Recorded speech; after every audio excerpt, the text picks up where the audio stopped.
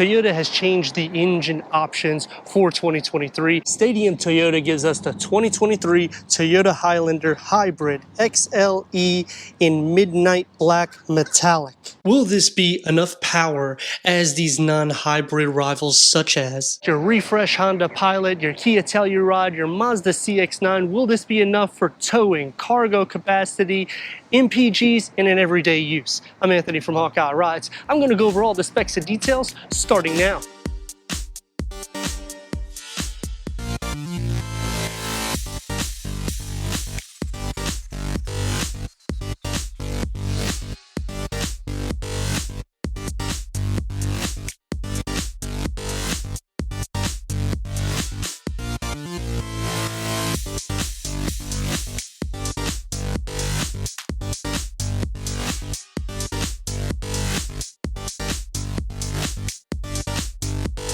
The new Toyota Highlander Hybrid starts off with LED headlamps and fog lamps. You're going to have the matte black on the lower and on the fog light area.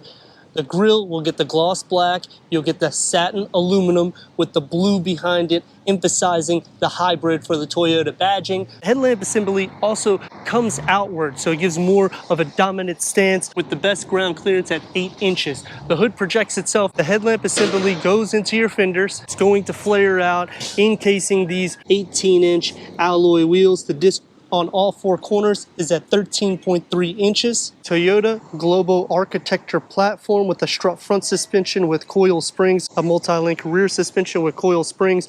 Both the front and the rear will have your anti-roll bars and your gas pressurized shock absorbers. Mazda and the Honda will be the longest. This is at 194.9 inches with the wheelbase at 112.2 inches. You will receive the chrome on the lower trim of the windows, and they put it right here, so whenever you're folding the mirrors in, it makes a seamless look. Matte black over the top, and you'll have a more performance-derived lower roof spoiler, shark fin antenna, wrap-around LED tail lamps, your hybrid badging. You still get the blue for the emblem on the lower. You'll have the matte black on all of the lower trim. Towing hasn't changed for your regular turbo engine. It's just a 4-cylinder now at 5,000 pounds. With the hybrid, 3,500 pounds, it's going to be less than the Honda and the Kia. Also, you would have to option the Trail Sport Honda Pilot in order to get better ground clearance than this. So it's tackling everything, even though they've went from the V6 to a 4-cylinder. But we'll see how the power is. The XSE and the XLE will have a hands-free tailgate. To go inside, 16 cubic feet of storage. You will have some storage underneath the floor, and you also have some more storage cubbies right here. Split fold the rear bench at a 40-60 split from the back, increasing your cargo to 48.4 cubic feet. Split fold the second row at a 40-60 split, increasing cargo to 84.3 cubic feet. The Honda Pilot will be the most storage. The Toyota Highlander Hybrid XLE front-wheel drive definitely has a dominant stance, and they did that when they came with the refresh, and now giving us a new engine option. And they back the performance with a 2.5-liter 4-cylinder engine, producing 243 horsepower total output with 175 pound-feet of torque that's paired to a CVT transmission, achieving 36 to 35 mpgs. It's good for a 0 to 60 around 8 seconds with a quarter mile at 16.1 seconds. Even though this will be the slowest in performance to your 0 to 60s in your quarter mile, Honda Pilot will be the fastest. They've also increased the horsepower for the refresh by 5. Tackling what you need for your towing, your mpgs, and the style, I think Toyota pretty much has done everything it needs to, bringing us with a smaller engine variant, so that way you can go longer distance without fill-ups and better mpgs. Let me know in the comments what you think about the 2023 Toyota Highlander XLE Hybrid. As we go into the interior, go over the tech, and take this for our test run. Entering inside the Toyota Highlander Hybrid XLE, you're going to receive 39.6 inches of headroom, 42 inches of legroom, 10-way power adjustment for the driver, 8-way for the passenger, soft tech seats. They're heated seats. The dashboard starts off on the passenger side with a storage pocket right in front of them. You'll have a 2-tier, so the air vents will just go right into this 8-inch standard touchscreen. We'll have your 4G LTE Wi-Fi hotspot, Sirius XM, HD radio, advanced voice recognition, Bluetooth connectivity, Alexa, streaming Bluetooth audio, and 6 speakers integrated inside. Optional 11 speaker JBL. Switch it to reverse. You have a reverse camera. The lines do not move, but where it's stationed, it is pretty easy for your reversing. Dual climate control in the front. You have your air vents with the gloss black and a wireless charging pad right there. You have a large storage pocket here with 2 USB-C and a USB-A port with a 12-volt. Cup holders, you could probably fit about a 32 ounce, and you'll get the matte black that's going to go on the whole area here. You'll have your driving mode select, which will have the Sport, Normal, or Eco. It's going to be more firm to drive. Open up inside. You got a little storage tray that you could take out with a 12-volt down here. I left a piece of paper so you can see how deep it is. Going on to your 3-spoke steering wheel, multi-function. The gauge cluster will have an array of information in the center for all of your safety settings. They do have an optional 12.3 digital reader. The door panel is going to have your everyday materials on the top. It's going to be a little bit more sporty for your elbows, and it also pushes out. One touch up and down for all your windows. A large storage pocket, it's just not as wide. For the second row, I'm at 39.4 inches of headroom, 41 inches of legroom. You have a substantial amount of space here. However, for the third row, it's going to be a little tight at this position, especially if I recline it. I'm not going to be able to fit at all in the back. If I move it up just a couple notches, I can fit without too many issues. If I move it all the way up, where it's going to be really tight for me here, then obviously I have a substantial amount of space in the third row. Sliding it back, it seems to be stuck. Let's see what happened here. You're seeing firsthand about these things. The door panel receives the manual sunshades. Everyday materials are going to be throughout. It's going to be a little bit more soft here. One touch up and down for your windows. And a storage pocket that's about the same size as the front. Sitting into the center, if I sit closer up, headroom will be an issue. If not, it's carved out, so it's not too bad. Leg space is pretty good. I am sharing feet space, but there is quite a bit in the feet area. But your butt and shoulder space is going to be a little bit tight because the seats are not as wide. For the third row, I'm at 36.1 inches of headroom, 27.7 inches of legroom. You cannot put these seats all the way back if you're 6'3". The windows are going to be a little bit smaller. You do have your air vents in the ceiling, so that does help. Cup holders, you're going to have 2. You could probably fit a 20 ounce, but there's nothing really to rest your arms here. Now you can recline these seats, so make it a little bit more desirable, but then you're going to lose cargo. Let's see how I look in the center. Sitting into the center is not going to work out very well. Headroom isn't a problem. However, leg space, feet space, shoulder space, there's really no way you're going to fit 3 adults my dimensions in the third row. Taking the 2023 Toyota Highlander XLE Hybrid out for our test run. Is it going to have enough power? Does it have the room to fit a family of more than 5 in the vehicle? These are some things I'm going to be going over, plus the 3 things I like and 3 things that I dislike.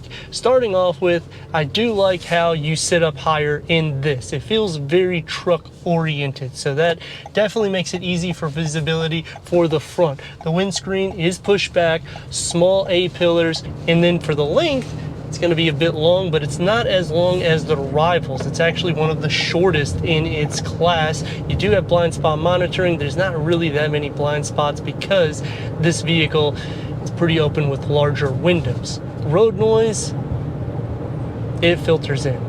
Anything over 40, 50 miles per hour, it's going to start escalating. Is it louder than the rivals? I would say the Mazda CX-9 will be the most quiet. And the reason why I'm comparing it against that one is because of the price point. They have increased the price on the Highlander, and it's now touching premium levels for the vehicles. The nice thing about Toyota, though, is they build the Toyota models first, then they build Lexus. So you're getting a lot of those components, or you'll get the engine first in the Toyota. Brakes, they grab pretty good.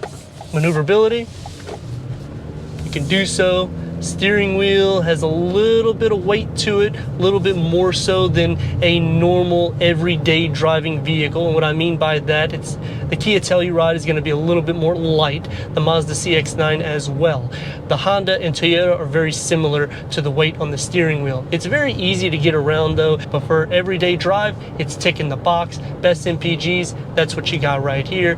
To the three things that I like about the vehicle, it has to be the ground clearance, and the MPGs is my number one thing, because any of the rivals, it's getting the best numbers. Yes, they've lowered the engine, in which your 0 to 60 in your quarter mile is a lot less. Not too bad, but around 0.5 to nearly a second slower. Also, when you get the hybrid, it's a CVT transmission, whereas when you get the regular turbo, it would be an 8-speed automatic transmission, which is the second thing that I dislike, because I would have liked to see the 8-speed in this, because this is pretty much the only vehicle that offers a CVT unless you go into a Subaru Ascent. The second thing that I like about the vehicle is the front seats have the most space for width and length for your body and for your height, comparing it to all the rivals. Turn radius at a stop point, it's going to be almost 3 lanes. Give her a little go.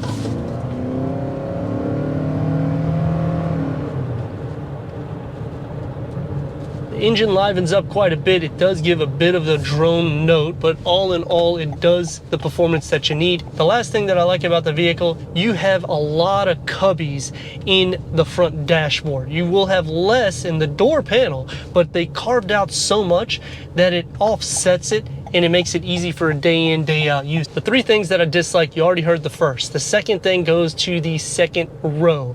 The air vents are right on my head. So if you're tall, it's going to be a little bit of an issue. You may want to adjust the seat forward, which takes me to the last thing that I dislike. For the third row, it's very unpractical. The air vents are right in your head again. You don't have any feet space. To put 2 adults back there, even if you're not 6 foot tall, is going to be very tough, and you'll start losing cargo because they're going to have to fold the seats back, in which this is not going to be the best in cargo, because it's also not the longest. 243 horsepower combined. Here we go.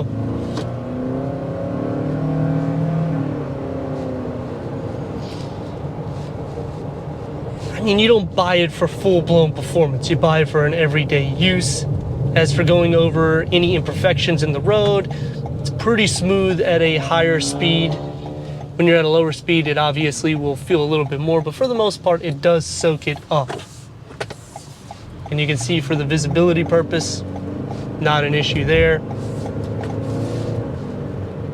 Just anytime you really push on it, you will hear that drone engine note. Seat comfort is good. As for the infotainment screen, you will now pay for your navigation. They're going to charge you for these things. I don't like this 8-inch screen. I wish that it would not be optional for the larger screen. It would just be standard.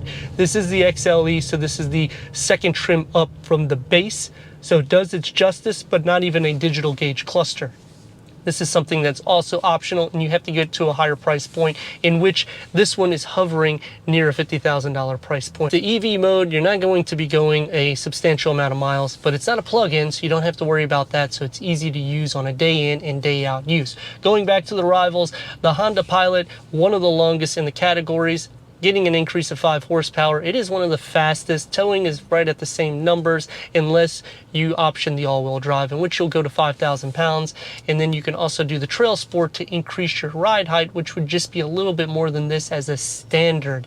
As for third row, you will be able to use that a little bit more accessible, because it's a lot longer and it's a little bit more in cargo. But for in and out traffic, this one will do its justice because it's a little bit shorter.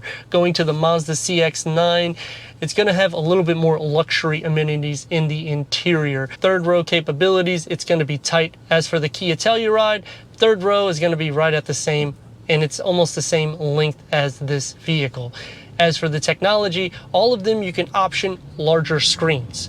I do wish that they would go away from these smaller screens, because it does make it a little bit less user-friendly. The way they've done it though in the dash, it fits fine. So I do like that because it doesn't make me feel like I have more of a base trim instead of optioning the larger screen. I'd like to thank Stadium Toyota for giving us this 2023 Toyota Highlander hybrid for our car review. If you're already a subscriber, thank you for being part of the Hawkeye community. If not, I don't know what you're waiting for. Click the next video, the subscribe button. Check out the merchandise, details, and website, and everything we do here at Hawkeye Rides.